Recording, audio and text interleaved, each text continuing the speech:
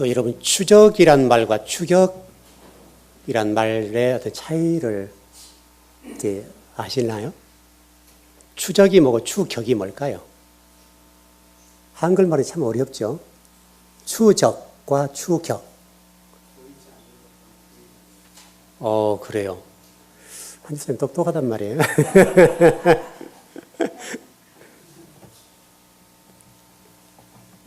추격이란 말은 금방 말씀한 대로 계속 보이는 상태, 이게 적과 어떤 좀 그런 관계로 이해를 한다면 계속 뒤에서 보면서 쫓아가는 상태를 추격이라고 하고, 추적이라고 하는 것은 좀 좁혀가는 단계, 그런 것 같아요. 그러니까 추적이라고 하는 것은 증거를 찾고 한 발짝 한 발짝 이렇게 어떤 찾아가는 단계. 여러분 옛날 서부 영화 아시죠?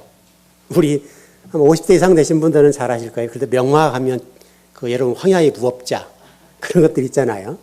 그래서 계속 그래서 기차의 금괴를 탈취했는데 그 사람들 사이에도 좀 배신하게 되고, 그래서 그 사람이 계속 추적해가는 그런 어떤 영화들이 한동안 그랬죠. 최근은 요즘 많이 영화가 멜로나 시사성 또 이쪽으로 많이 바뀌었습니다만은 과거는 그런 영화가 굉장히 히트를 쳤습니다. 그러니까 이 추적이라는 말과 추격이라는 말을 오늘 드리는 이유는 성경을 제가 이제 공부를 하고 연구를 하면서 그 부분을 봤어요. 우리 하나님과 또 백성들 사이에서 이 추적과 추격이라는 문제가 상당히 크게 부각이 되고 대두가 되더라고요. 그래서 이렇게 좀 생각을 해보니까 여러분 성경 속에 아마 그렇게 어떤 추적이라는 개념과 추격이라는 개념들이 들어있어서 보이지 않지만은, 그러나 그것이 엄밀하게 굉장히 부각되어 있는데 그 과정을 통해서 하나님의 사람들을 계속 이렇게 쫓아가는 그런 어떤 예수님의 모습 또는 하나님의 모습이 굉장하게 있어요. 그 부분을 우리가 오늘 좀 공부를 해보면서 나가려고 그래요. 자, 여러분 사도행전 26장 14절을 한번 가보죠. 사도행전 26장 14절이에요. 구약은 다음 기회에 더 공부하고요. 오늘은 신약에 있는 예수님의 모습 속에서 그 부분을 이제 보고 싶습니다. 사도행전 26장 14절입니다.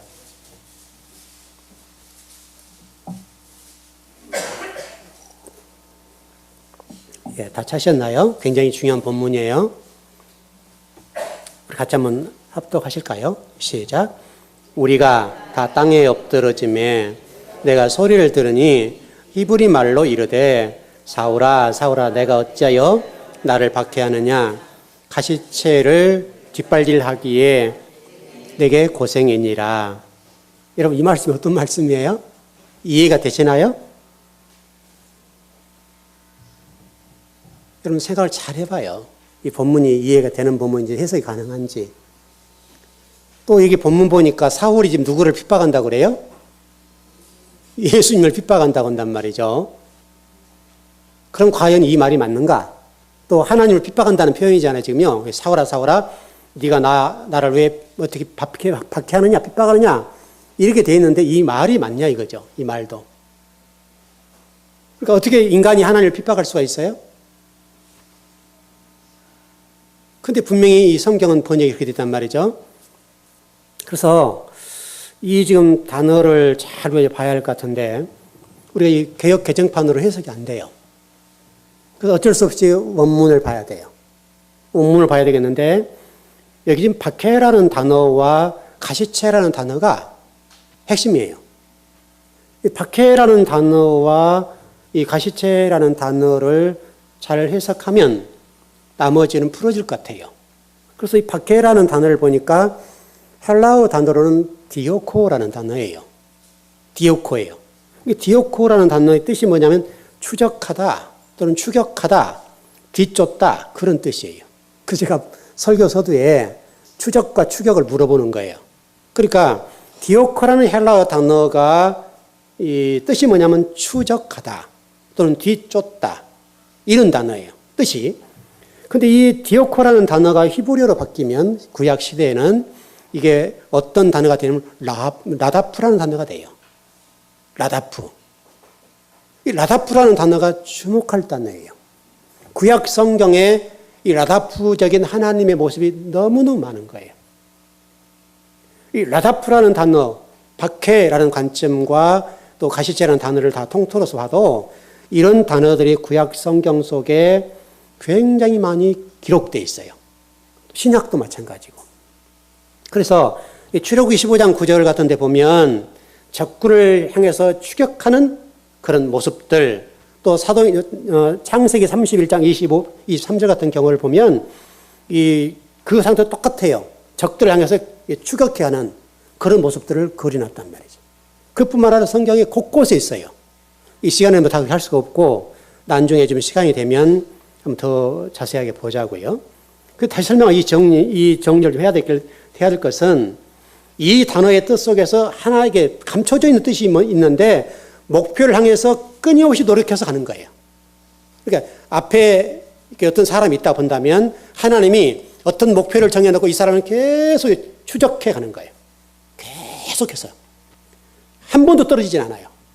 그러니까 우리 하나님이 저와 여러분이 지금 똑같은 얘기예요. 여러분들은 지금 어떻게 하나님과 별개의 삶을 살 것 같이 보이고 하나님 때를 안 보인단 말이에요, 우리 속에. 근데 하나님은 단 한 번도 우리에게서 떠나지는 않는다는 거예요. 여러분이라는 분을 딱 놓고 여러분의 달란트와 여러 가지를 통해서 여러분을 어떻게 쓰실 것인가를 딱 정해놓고 계속 추적해 가세요. 그 내용을 지금 설명하고 있어요. 여러분, 우리가 사울이라는 사람을 잘 알잖아요. 바울 대기 이전에 사울이라는 사람을 잘 아는데, 우리 이런 개념이잖아요. 여러분, 사도행전 아마 9장인가가 그 다메섹 도상 얘기가 나올 거예요. 사도행전 9장에 보면 이 사울이라는 사람이 하나님을 믿는 사람이었잖아요. 놀랍게도 그 사람들이 그리스도인을 잡아 죽이는 자였어요. 닥치는 대로 죽였다, 닥치는 대로. 예수님을 믿는 사람들을 닥치는 대로 죽여요. 열심히 얼마나 특심한지 몰라요. 상상을 초월할 정도로 열심히 했어요. 성경을 잘 모르기 때문에 자기가 읽는 성경 수준에서 자기가 옳다고 판단하고 그 관점으로 사람을 죽이는 거예요. 그래서 예수님께서 지금 딱 그 장면에 등장하죠. 그래가지고 이 사울이었던 그 사람에게 은혜를 딱 주어버리니까 뒤집어졌잖아요. 뒤집어졌어요. 그래가지고 여러분, 이 사울이라는 사람이 앞을 못 보고 막 그런 상태도 있고 그러잖아요. 완전히 뒤집어졌어요. 자, 그러면 우리가 이제 궁금한 것은 이 사울이었던 바울이 과연 이 다메섹 도상에서의 하나님의 은혜를 체험한 그 상태로 완전히 뒤집어졌냐? 완전히 새로운 변화체가 되거나 완전히 하나님의 사람이 되어서 하나님의 종으로 살아갔는가? 우리는 그렇게 알고 있단 말이에요, 지금까지. 그동안에 우리 성경을 배울 때 이 사울이라는 사람이 다메섹 도상에서 은혜를 체험하고 하나님을 만나면서 뒤집어진 사람이 되어서 변화체가 되었다. 완전히 새로운 사람이 되었다. 이런 결론을 가지고 있단 말이죠.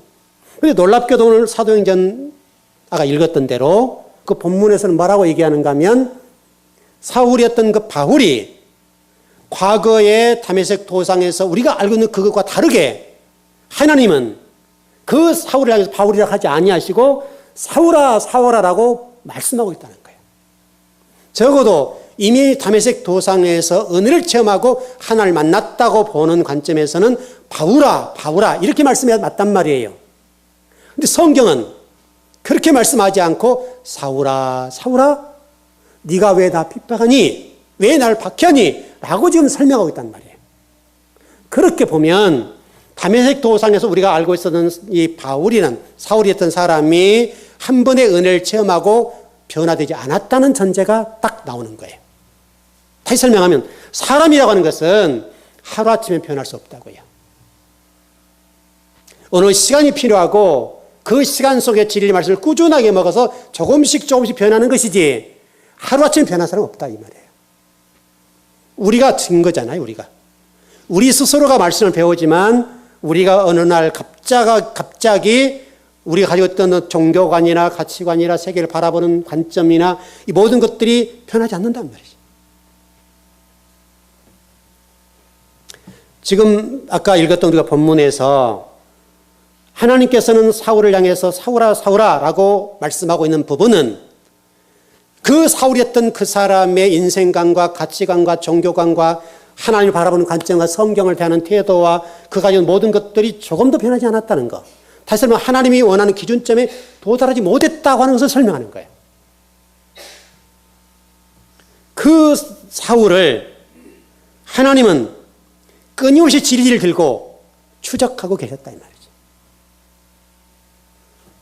사울이 바울로서 온전히 항복하는 그 순간까지 한 번도 게으르지 아니하시고 놓치지 아니하시고 끝까지 진리를 들고 그에게 찾아가서 그에게 추적하고 계신 하나님, 그리고 그 내용 가운데 하나님은 바울에게 뭐라고 설명하는가 하면 사울 네가 왜 나 핍박하니? 라고 지금 말씀하고 있다는 거예요. 그러면 이 부분을 좀 정리를 해야 되겠는데, 여러분 박해 또는 핍박이라는 이 단어가 상당히 주목할 단어인데 이 단어를 우리가 좀 풀어봐야 정리가 될 것 같아요. 그러니까 이 박해라고 하는 관점, 특별히 하나님께서 사울에게 너 왜 나 핍박하니? 너 왜 나 계속해서 핍박하고 있어? 라고 지금 말씀하는 이 부분을 풀어야 되지 않겠어요? 그렇다면 이 박해라고 하는 것은 두 가지가 있어요. 외면적 박해와 내면적 박해. 하여튼 뭐 신학적인 용어로 있는지 모르겠어요. 제가 지어냈으니까 신학적 용어는 있을지 모르겠지만은 이 외면적인 박해가 있고 내면적 박해가 있어요. 지금 여기서 말하는 것은 외면적 박해를 말씀하는 것이 아니라 내면적 박해 얘기예요. 무슨 얘기냐면 내면적 박해라고 해서 이런 거예요. 지금 사울이 선악이라는 지식, 세상이라는 지식, 다시 말하면 우리가 설명했던 대로 에덴 동산 안에서 하나님이 원래 창조했던 그 인간인 아담, 저와 여러분 얘기인데 그 아담인 우리가 지금 하나님의 어떤 영과 하나님의 진리 말씀으로 하나님을 예배하고 그의 모든 삶을 목적으로 삶는 삶을 살아야 되는데 선악 지식을 따먹는 순간에 하나님을 지향했던 우리 속에 있었던 그 부분이 죽어버렸단 말이죠. 사망에 이르렀어요.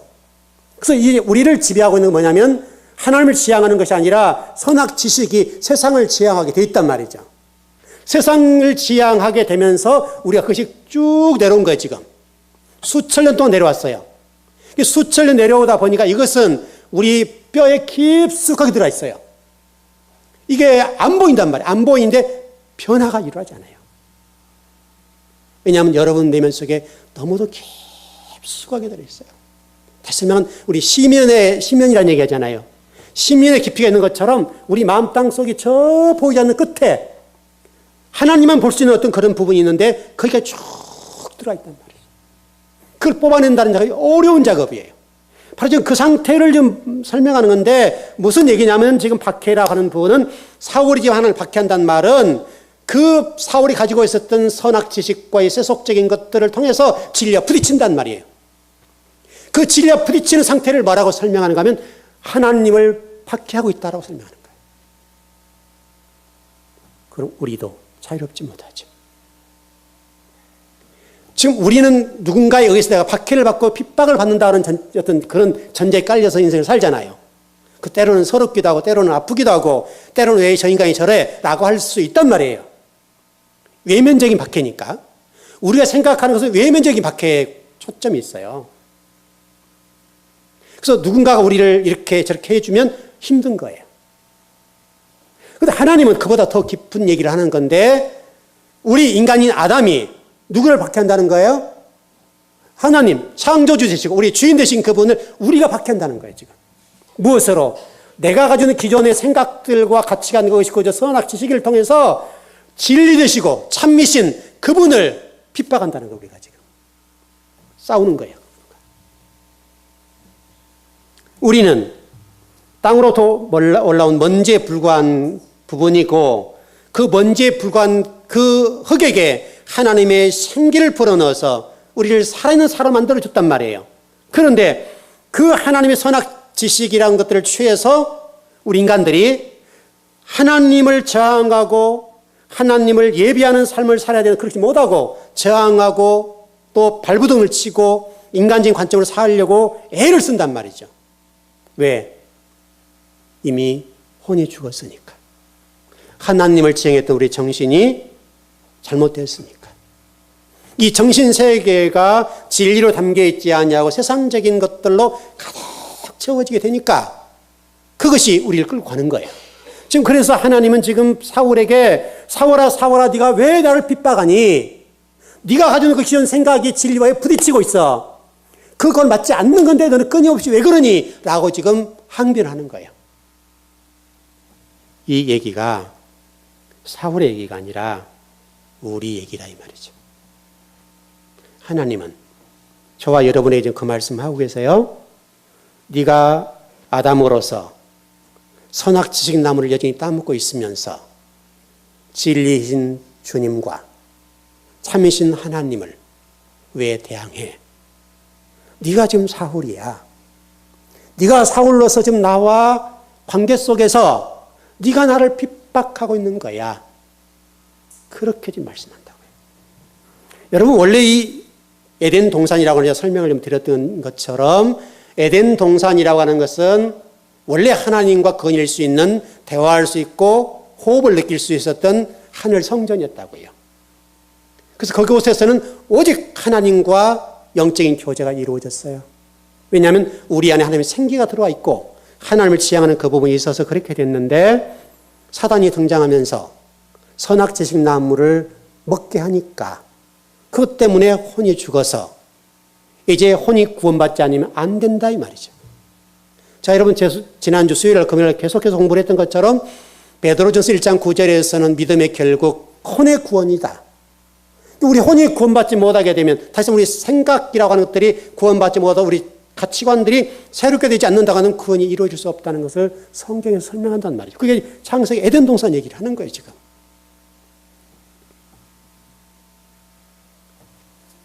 그 이후로 하늘 성전에는 그룹과 두루 도는 화영검을 두어서 하늘 성전에 도달할 수 없도록 막아버렸으며,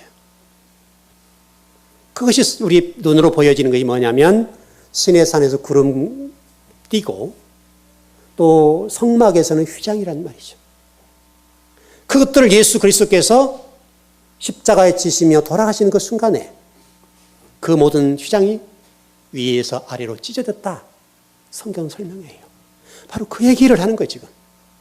예수 그리스도가 아니고서는 저와 여러분이 구원받을 수 있는 길이 없다는 거예요 지금.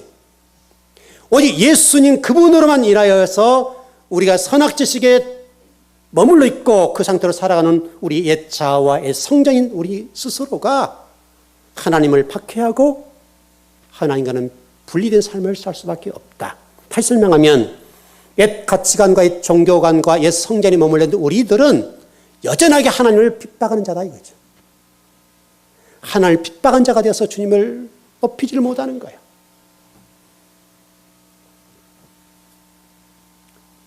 여러분 영혼 속에 사울이 있다는 사실을 잊지 않고, 아, 내가 사울이구나.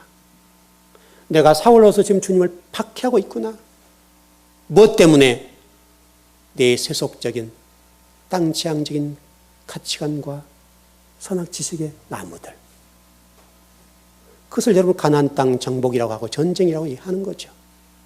7 귀신들을 쫓아내는 장면들, 가나안 7 족속들을 멸하는 과정들, 다 모든 것들이 그 얘기를 하는 거죠. 너의 마음 땅 속에 7 족속들이 있어. 7 족속들이 있어. 그 7 족속들이 하나님의 나라를 세울 수 없어요. 하나님 나라와 반대로 그렇게 만든다고요. 그래서 여호수아를 통해서 말씀하시잖아요. 여호수아에도 가나안 땅 들어가거든 그 7 족속 진멸해야 된다. 다 죽여야 된다는 거예요. 어린아이나 노인이나 젊은이나 짐승까지도 가나안 땅에 속한 것들은 완전히 진멸해야 된다는 거예요. 진멸이라는 말을 잘 아셔야 돼요. 원래 전쟁하게 되면 여러분 여자들과 어린아이는 못 죽여요. 인권에 있어서 지금 어떤 전쟁을 하더라도 어린아이와 여자들은 못 죽인단 말이죠. 죽이면 인권이 그냥 있질 않아요. 그런데 가나안 땅 정복 문제는 그것까지도 철저하게 죽여야 된다는 거예요. 사실상 우리 마음 땅 속에 조금이라도 남아있으면 안 된다는 거예요. 여러분, 그게 전쟁이에요. 그래서 이미 제가 설명드렸던 가나안이라는 땅 설명드렸죠, 여러분. 가나안 땅의 어근이라는 것이 카나라는 단어란 말이에요. 히브리어로. 카나라는 단어인데 카나라는 단어를 들어가서 보면 전쟁이에요, 전쟁. 그래서 가나안 땅은 전쟁이잖아요, 여러분. 여러분들 진리의 말씀을 통해서 여러분 자아와 전쟁하는 거예요. 여러분 마음 땅을 지배하고 있는 그 무엇인가를 우리는 가지고 있어요. 그것을 진리의 말씀을 들음으로 그 진리의 말씀을 통해서 우리 땅에 있는 이 가나안 땅을 철저하게 진멸해야 되는 거예요. 바로 그런 부분이에요. 그 부분이 우리가 너무 강하기 때문에 사울아 사울아 네가 나를 왜 핍박하니? 그렇게 좀 설명하고 있어요. 또 하나는 이 가시체라는 단어를 좀 풀어드리겠는데, 이 가시체라는 단어가 원문에서는 켄토론이라는 단어예요. 좀 헬라어로서 죄송한데 켄토론이라는 단어예요. 이 켄토론이라는 단어는 이런 거예요. 여러분 뭐 저는 좀 이해를 하는데 아마 우리 젊은 친구들 잘 이해를 못하고 서울 사신 분들은 잘 이해를 못할 텐데요. 자, 어렸을 때 보면 소를 키우다가 속을 여러분 목만 처음에는 이렇게 그 끈을 묶고 살잖아요. 그리고 젖을 떼고 좀 성장하면 하는 일이 뭐냐면, 지금은 이제 사육이라는 개념으로 많이 가서 그렇지는 않습니다만은, 과거는 소는 가정에서 굉장히 중요하고 살림 미천이잖아요. 그 지금처럼 기계화되지 않았기 때문에 과거에는 쟁기질을 했어요. 소는 쟁기질하기 위해서 키우는 거예요, 그때는. 그때 여러분 쟁기질을 시키려고 하면 어떻게 해요? 코를 뚫어야 돼요. 콧돌이라고 하죠, 여러분. 이 나무를 깎아가지고 불에 살짝 그어서 강하게 만들어요. 날카롭게 만들어서 사람들 잡고 코를 잡고 뚫어버려요. 뚫어서 콧돌이를 만들어요. 그러니까 이 목만 가지고 있으면 말 안 듣는 말이에요. 코를 뚫어가지고 그걸 가지고 그 줄을 달아서 당기는 거예요. 여러분 그 상태를 뭐라면 켄토론이라고 그래요. 켄토론. 농부가 고집 센 소를 코를 뚫어서 채찍질하고 바르게 갈 수 있도록 하는 상태. 그걸 켄토론이라고 그래요. 지금 사울이라는 사람을 하나님이 그렇게 하고 있다 이 말이죠. 우리도 똑같아요. 하나님은 지금 이 켄토론이라는 일들을 통해서 우리에게 말씀하시는 거예요. 하나님과 반대 길을 걷는 우리들을 향해서 주님은 코를 뚫고 그걸 통해서 우리를 이렇게 끌고 가시는 상태. 그런 말씀입니다. 그래서 오늘 사도행전 26장의 말씀에서 사울아 사울아 왜 네가 나를 핍박하느냐라고 말씀하신 것은 이런 뜻이에요. 켄토로는 단어 뜻에서 안에는 이런 내용을 담고 있어요. 사울아 사울아 네가 나를 아무리 저항하고 핍박하고 또 박해한다 할지라도 너만 힘들어. 너만 힘들어. 네 고집 꺾어야 되고 너만 그렇게 하면 너만 아플 거야. 어떤 일이 있다 하더라도 나는 포기하지 않아. 나는 끝까지 네가 항복하고 굴복할 때까지 갈 거야. 네가 항복하지 않고 굴복하지 않으면 너만 힘들고 너만 슬퍼. 그게 여러분 이 단어의 뜻입니다.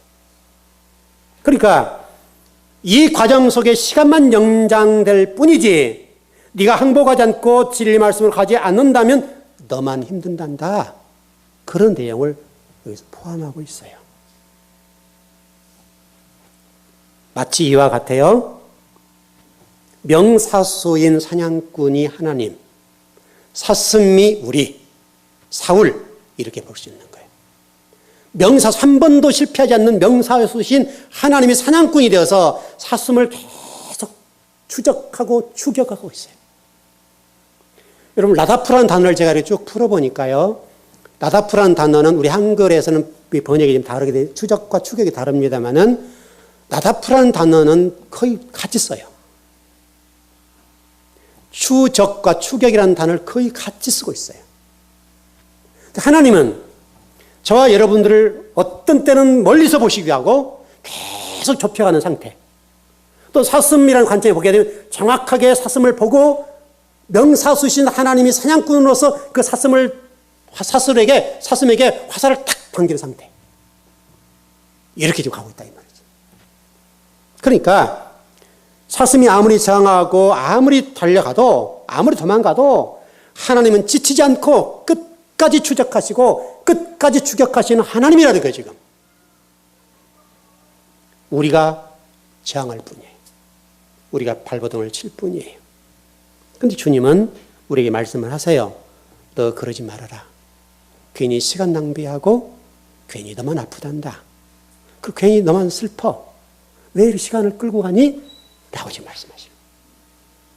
오늘 우리가 이 예배를 드리면서 저와 여러분의 이 말씀이 사울의 말씀이 아니라 또 이스라엘 백성들의 말씀이 아니라 나의 말씀이 됐으면 좋겠어요. 바로 이걸 통해 우리에게 말씀하시니까요.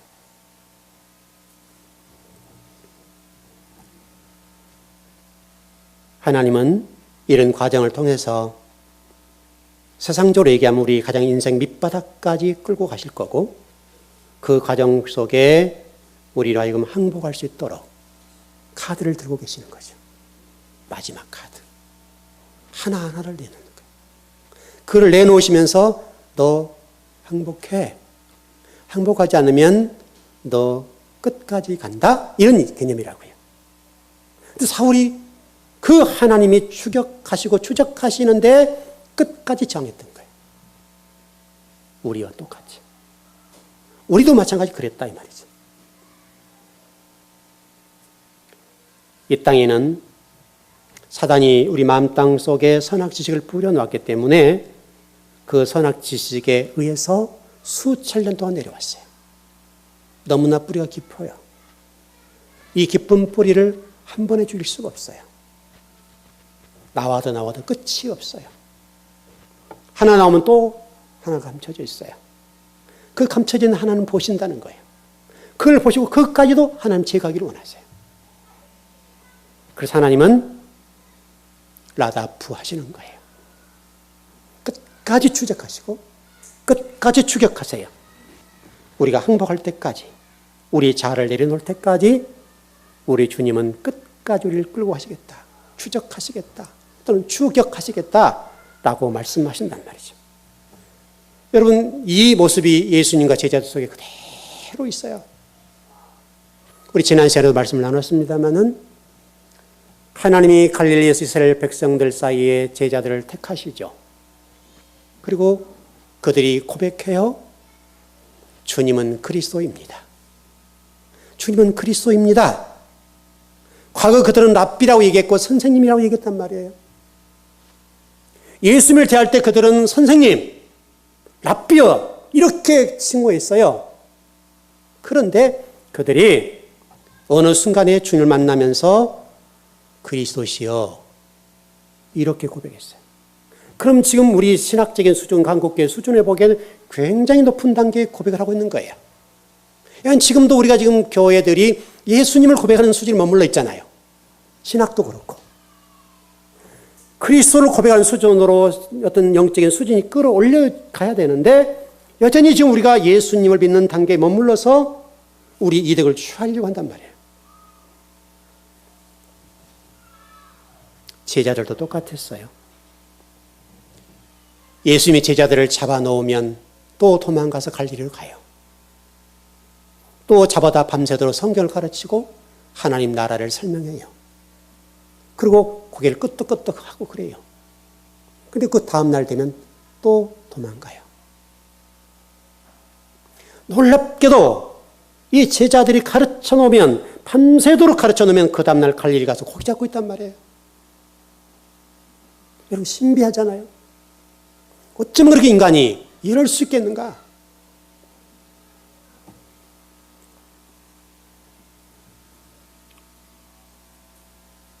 더 놀라운 것은 제자도 만만치 않지만 예수님도 만만치 않으셨다는 거예요. 조금 전에 말씀드렸던 것처럼 주님은 끝까지 추적하시고 추격하시는 주님이었다는 거예요. 절대 놓치지 않는다는 거예요.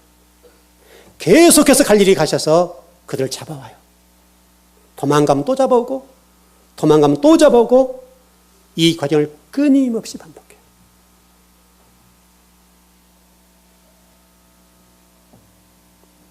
요한복음 6장 55절에서 58절 한번 보십시다.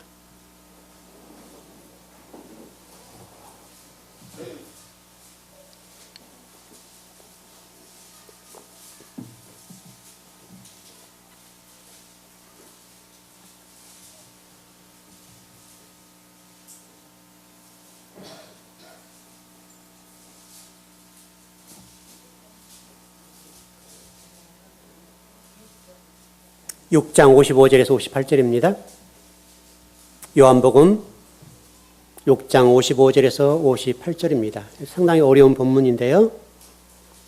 한번 보십시다. 네, 같이 시작. 내 살은 참된 양식이요 내 피는 참된 음료로다. 내 살을 먹고 내 피를 마시는 자는 내 안에 거하고 나도 그의 안에 거하리니 살아계신 아버지께서 나를 보내심에 내가 아버지로 말미암아 사는 것 같이 나를 먹는 그 사람도 나로 말미암아 살리라. 이것은 하늘에서 58절이요 내려온 떡이니 조상들이 먹고도 죽은 그것과 같지 아니하여 이 떡을 먹는 자는 영원히 살리라. 이 본문을 얼마나 이해하시는지 모르겠어요. 이 본문의 핵심은 주님과 제자들과 주님과 저와 여러분의 하나됨을 가르쳐준 말씀이에요. 근데 이 57절 말씀 보면 재밌는 말씀이 있어요. 나를 먹는 그 사람이라는 단어가 있어요. 그러면 이 나를 먹는 그 사람이라는 말은 우리가 쉽게 설명 예수님을 뜯어먹었다는 말인데 이게 지금 잘못하면 그렇게 이해할 수 있다고요. 다시 설명하면 이게 선악지식이라고 하는 것들이 여러분과 저를 잡고 있는 동안에는 주님과 우리가 절대 하나 못 된다는 거예요. 이 말씀의 핵심은 선악 지식이 여러분을 지배할 때는 제자들이 갈릴리로 도망가는 삶을 살았어요. 지금 우리 얘기예요. 우리가 지금 세상적인 지식과 세상적인 가치와 세상적인 이런 무슨 사고와 세계관을 가지고 있는 동안에는 절대로 주님과 하나 못 된다는 거예요. 이걸 제자를 통해서 좀 설명하는 거예요. 여러분이 지금 이 부분을 절대로 놓치면 안 돼요. 6장 63절에 보면 이런 말씀이 있어요. 살리는 것은 영이니 육은 무익하니라. 내가 너에게 이런 말은 영이요 생명이라. 주님이 지금 하신 말씀이 영이고 생명이라는 말씀이잖아요.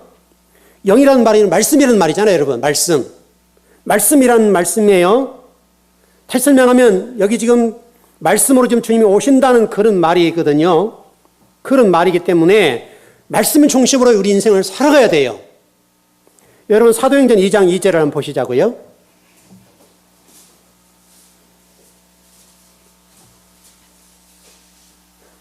사도행전 2장 2절이에요.